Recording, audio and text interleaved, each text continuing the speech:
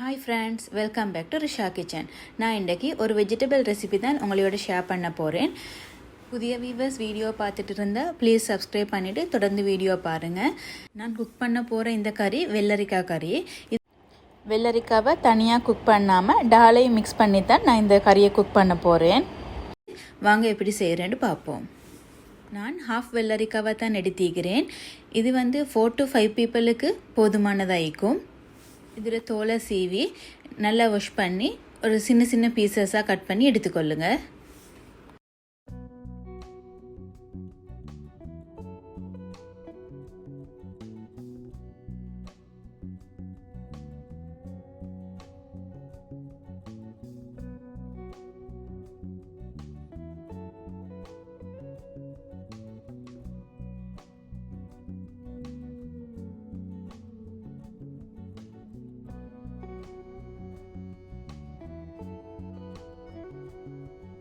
அடுத்ததாக கட் பண்ணின இந்த வெள்ளரிக்காவோட ஒரு small size onion, 2 green chilli, கொஞ்சம் கறி லீவ்ஸ், ஒரு ஸ்மால் சைஸ் டொமேட்டோவை சின்ன பீசஸாக கட் பண்ணி சேர்த்துக்கொள்ளுங்க.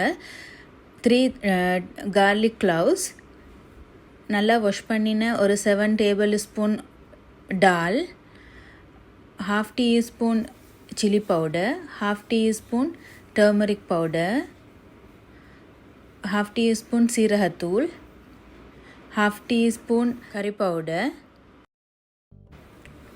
தேவையான அளவு சால்ட், இது எல்லாத்தையும் சேர்த்து ஒரு பேனில் போட்டு அது குக் ஆகிறதுக்கு தேவையான அளவு தண்ணியை ஊற்றிக்கொள்ளுங்க.